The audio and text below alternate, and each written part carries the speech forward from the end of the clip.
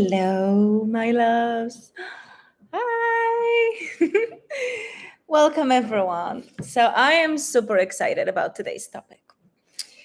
I want to talk about why you cannot possibly manifest a soulmate, why you should stop trying to manifest one, and give you a different perspective on this whole idea.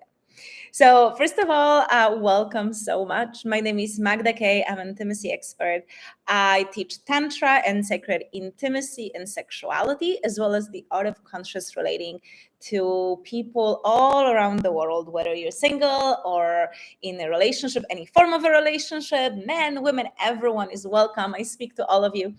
And today is a topic that's, first of all, close to my heart, but also just something I've observed. Around me in various communities that I used to live with, and I kind of felt like this needs to be addressed. So if you're new to my channel, I share weekly videos, and often these videos are rather short, just kind of short.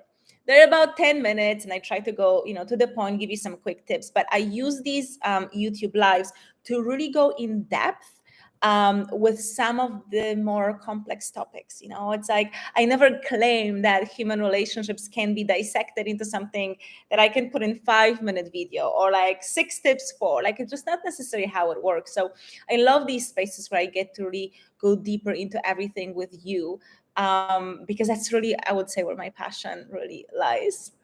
Now, my loves, I do want to apologize if you can hear anything. My fan is on. It's extremely hot in Bali, and there's absolutely no way that I could be sitting here without that thing on. So if there's any noises, again, my apologies.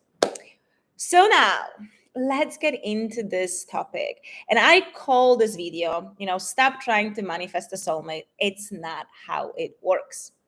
So here's the thing. It's become so popular recently just to manifest your soulmate, manifest, great job, manifest new clients, manifest $1 million, like manifest your dream life, right? So there's all of these teachers, courses, videos, all of them telling you how to manifest something, right? Now, here's my question to you. What have you actually manifested? Okay. So here's a different maybe view on it, but quite honestly, do you really think that you're more powerful than nature? That you're more powerful than the laws of physics or God? Because this idea that we can just manifest our reality, that we can create any reality we want, it's quite an entitled way of thinking. Now, look, our generation, and I'm a part of it, we have been raised to be very entitled. Basically, our parents really wanted us to have a great life. It was like the first generation that had easy life, after all the wars and the crises. And so they passed on this optimism onto us. Only that, we usually need the balance of things. So receiving so much optimism, we got convinced that you're special. You can be anything you want. Only that it kind of landed as you're better than other people, right? That you can bend the will to the universe to your will. And that's just not how the world works. Okay. Now, with new age ideas, like basically what new age is, and I'm sure you've heard this term, right? So new age is basically when we started taking very deep spiritual ideas and concepts and we made them very popular, but we kind of did it at the expense of the depth of these teachings. So I've heard that this is actually called the pizza effect. So what happened many years ago is that the US, America, took pizza, an Italian dish. They kind of took the quality of it, they turned it into fast food, and they commercialized it, spreading it around the world. So now it's present everywhere, but the quality is not there anymore. The same happened to yoga, right? Like, think about it. Yoga is a very deep spiritual practice that today got turned into what I like to call the Lululemon yoga, which is basically like some stretching and exercises on the mat. And yes, sometimes you'll add some breath practices and meditation, but it has like 20% to do with the actual yoga. Again, that's the pizza effect that happened to yoga. The same is happening to Tantra, right? Like these days, if we think of Tantra, we mostly think about sex, right? Which again, it's such a small percentage of what Tantra really is. But once again, it's very popular, right? Like at this point, practically everyone has heard about Tantra. And so that's what New Age is taking spirituality, commercializing it, but at the expense of the depth of what these teachings really are. And yes, there is such a thing as law of attraction, but it's not exactly the way that the movie The Secret presents it. It's not that if you really think about something and raise your vibration that it's going to happen. Like some things do not depend on you. There's some things we need to learn to accept. Okay, we need to learn to accept. And this whole idea that you can bend the will of the universe to whatever it is that you want, it's really another form of spiritual bypassing. And what spiritual bypassing is the ego fooling us that you have overcome your ego, but the ego is very strong. It basically, like, this part of you is super creative and super smart, so it uses all of these fancy terms to convince you that you've overcome your ego, but it's still the ego driving you. I think what we need to understand is that we cannot let go of ego. And if you think that you have, it shows just how much you've been manipulated by your own ego. So I want to show you a different perspective here, okay? So we all have our paths, right? Like there's certain things, if you look at yourself and your friends, you can kind of say that it's almost like life was meant to happen differently for you, right? Like some of us traveled somewhere, some of us met people, some of us decided to take jobs, and our lives went in so many different directions. For some of us, it's like, you're meant to be, for example, rich in this life. And for other people, this will be the area of struggle because that's what your soul is really learning, right? It's like you can have two people follow the exact same process and it will work for one of them, but it will not work for the other, because we are individuals. And whether you believe in karma or not, but you can recognize that there's something that's not just about what you do, and it's not just about how much you want something, right? It's kind of like something you cannot explain that also impacts your life. So, for example, you may be someone who is meant to have a really successful business and make a lot of money. And so when you go through life, you will be meeting people. You will be finding yourself in the right places, being given opportunities, sometimes like, being just lucky, right? Because that's your path. That's your path. So that's why you're moving in this direction. It's not that you created that opportunity. That opportunity was always for you. It's like if your focus is to make a lot of money and it's meant for you, you will naturally be reacting to this in your life. It's sort of like if you have a woman who suddenly has a very strong motherly instinct, she's going to notice all the children around her, right? But it's not like she is manifesting this. It's not like the universe is telling her, oh, kids are your future, right? Because we all see the same amount of children. It's just what we pay attention to. So the thing is that for some of us, when it comes to relationship, for some of us, it's something that's meant to be easy.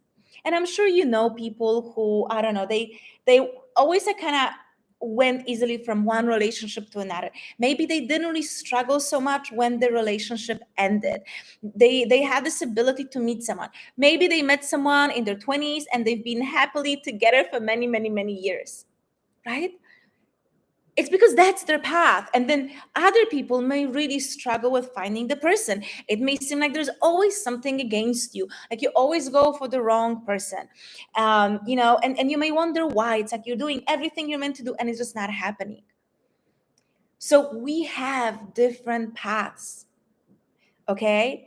And it's not that someone manifested that soulmate, it's simply their life path for this life. Like saying that someone manifested a soulmate or manifested a great relationship is like saying that I manifested to be 36 years old. I didn't manifest to turn 36. It's the same as saying that a tree manifested to be a tree. No, it was meant to be a tree. It's not something you manifest. Like, let's be a bit humble and let's not take ownership of the natural flow of life and nature. Again, I did not manifest to be 36. I did not manifest to have brown hair. That's my DNA. That's the path that my soul is on in this physical life. So I like to think that when it comes to our lives, we co-create our reality with the spirit. And I know this may sound very spiritual for some of you, but again, just look at the simple fact that sometimes, like, there are just some things that don't depend on you, right? Like, even, when I don't know, you're driving and you get into the accident because someone made a mistake, it wasn't up to you. Or you get an illness, it's not like you consciously developing this, right? Maybe economy, like now, for example, oil prices go up, right? And so for the people, that causes some financial issues. That's not something that's really up to you. It comes from the outside. So you can recognize, I think everyone can recognize that there are parts to our life that just don't depend on us, right? So all we can do is accept them, be flexible, and move with them, right? But we cannot really change it. I cannot change the oil prices. I was recently buying a flight back to Europe for summer, and the prices went up by about 20-25% because of the oil. Now, can I change the price? No, I cannot. So all I can do is think, okay, do I wait to buy a ticket? Maybe the prices will go down, or I may choose to buy it now. I may choose to save my money somewhere else, or just gonna suck it in, like, well, I'm paying more money for the flight ticket. But I cannot really change this. All I can do is find the best way to react to it, right? So there is a part of your life that does not depend on you. And then there is a part that does.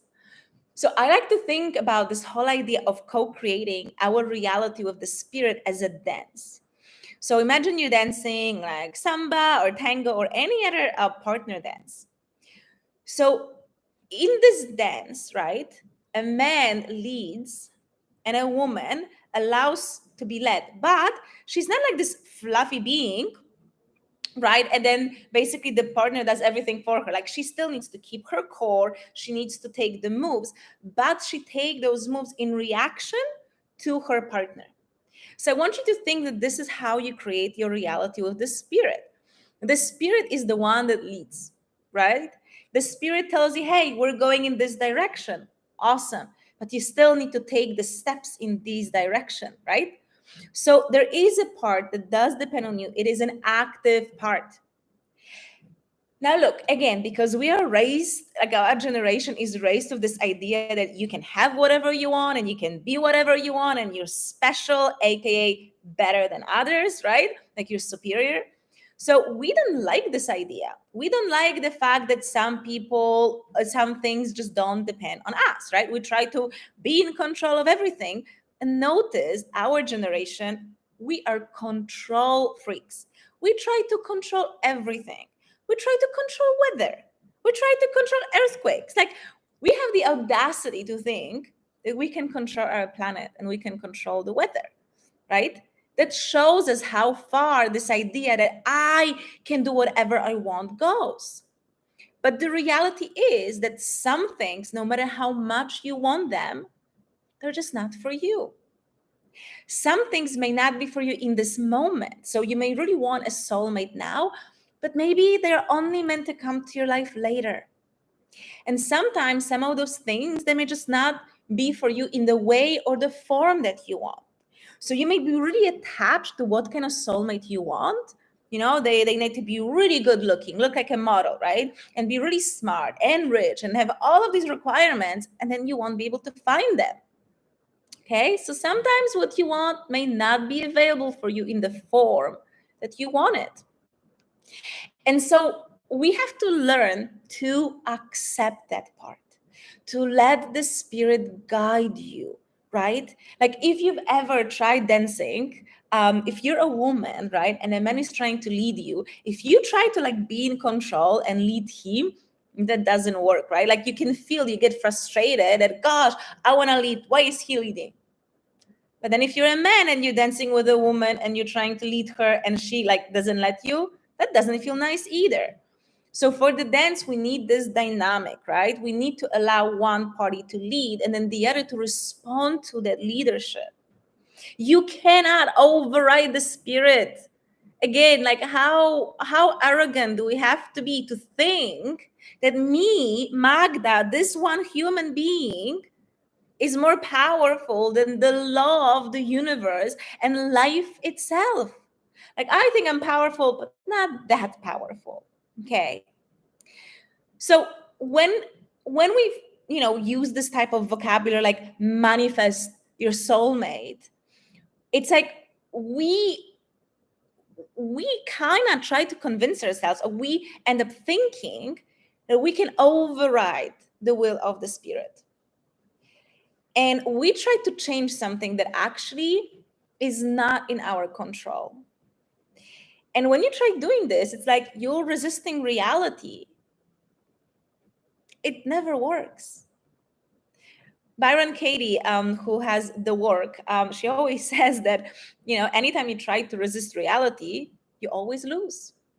You cannot resist the reality. Like, for example, now I'm in Bali. Like I said, it's extremely hot. I can be bitching about how hot it is, but is it going to change? No. The only thing that's, changing is my mood and my well-being and my state of mind. It makes much more sense to allow the reality to be what it is and then me reacting to it. Again, allowing the weather, the spirit, to guide me, to tell me where to move. And then I take the steps. I still move. I keep my balance, my core, but I move with nature, with the spirit, with the reality. Which means, for example, put the damn fan on. Dress in a way that I don't die from the heat. Right? So I want you to focus on the area that does depend on you. So instead of praying to God every day, asking for a soulmate, invest in your own relationship skills.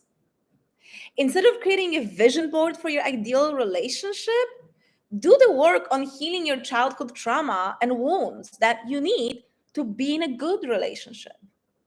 Instead of repeating, looking into the mirror, that my soulmate is here and I am ready, and any other affirmation, how about you work on liberating your sexuality, becoming multi-orgasmic, and releasing shame around sex? When it comes to intimate relationships, like anything in our life, there is a part that does not depend on you. That's up to the spirit. Don't try to change this. Stop fighting with the spirit, because you will end up exhausted, drained, disappointed, disempowered. You will be losing your time, your energy, your potential. Focus on the part that does depend on you. And what does it mean? Make sure that when that soulmate shows up for you, you are ready to receive them. If your relationship is 50-50, right? 50 up to the spirit and 50 up to you, stop focusing on the 50% that is up to the spirit and not up to you, but make sure you show up fully in your 50% and not 40 or 30%. Because that's what so many of us do. We focus on these manifesting tools instead of actually focusing on ourselves. Am I meeting the spirit halfway through to make this relationship happen? Because that is in your control. Okay? And look, also, I will say, don't listen to all these coaches or healers who tell you that they can teach you to manifest the soulmate, that they have a proven process that worked for them. This is how I manifested my soulmate. Follow these steps and you will too. That's ignorance and that's arrogance, because they have their own unique path and so do you. It's really arrogant for anyone to assume that they know what you need. They don't, because they're not you. You are the only one who knows your own path so intimately. Yes, reach out to people because they can guide you, they can assist you, they can give you tips, they can offer a different point of view. That if anyone ever tells you that I guarantee you will meet a soulmate, it worked for me, it will work for you, that's just a nasty selling technique, because it's not how the universe works. And I guarantee you, the people who say that they manifested a soulmate and they want you to buy their product to do this, I'm pretty sure there is an area of their life where they are struggling. And why is it that they're not following the manifestation tips for that area of life? This may be their health, right? Like for health and fitness. This may be money. This may be business. This may be spirituality, social life, family. Well, if you think that that manifestation thing works so well, why aren't all of your areas of life perfect the way you show your relationship to be?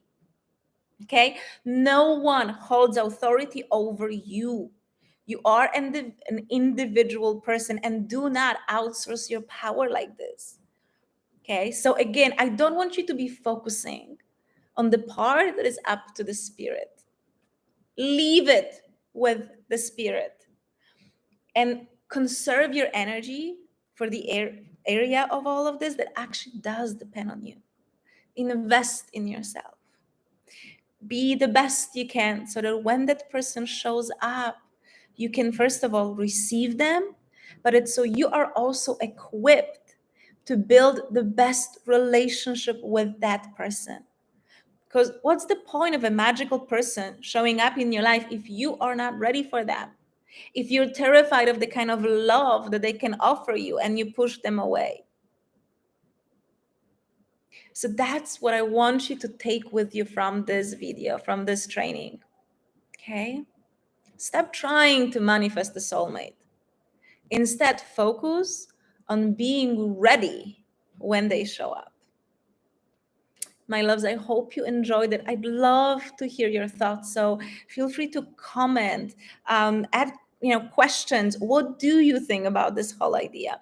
Even if you're watching the replay, like leave your comments. I check them. I'm really, really curious what you think about it and what is your experience with this. So thank you so much for being here. And my darling, if you did enjoy this, please give this video a like, share it with your friends. It really helps me it gives me feedback that what I do is of value to people, that also gives me ideas what type of videos to do. So if you'd like to go deeper into something, again, let me know in the comments. Like I love hearing from you. And would be amazing if you also subscribe to this channel. I love checking how many people we have here. Again, it's just such a deep gift for me to see that it lands for you guys well and you get value from this. So thank you so much, my love. And I will be catching you next week with another video for you guys. Have a lovely day.